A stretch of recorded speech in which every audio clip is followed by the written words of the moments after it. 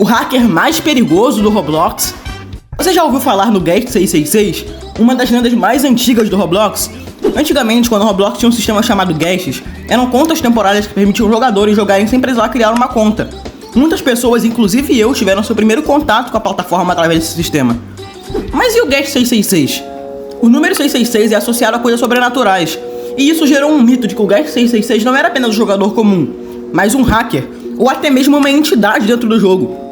Relatos não confirmados dizem que quando alguém se deparava com o Guest 666, ele realizava atividades estranhas do jogo, como voar, atravessar paredes ou até mesmo deletar o mapa inteiro.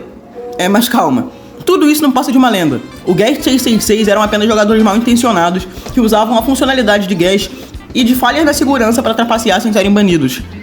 Mas então, o que você acha? Será que o Guest realmente era uma entidade no Roblox? Ou tudo não passou de um mito criado pela comunidade? E você sabia que tem um hacker de verdade?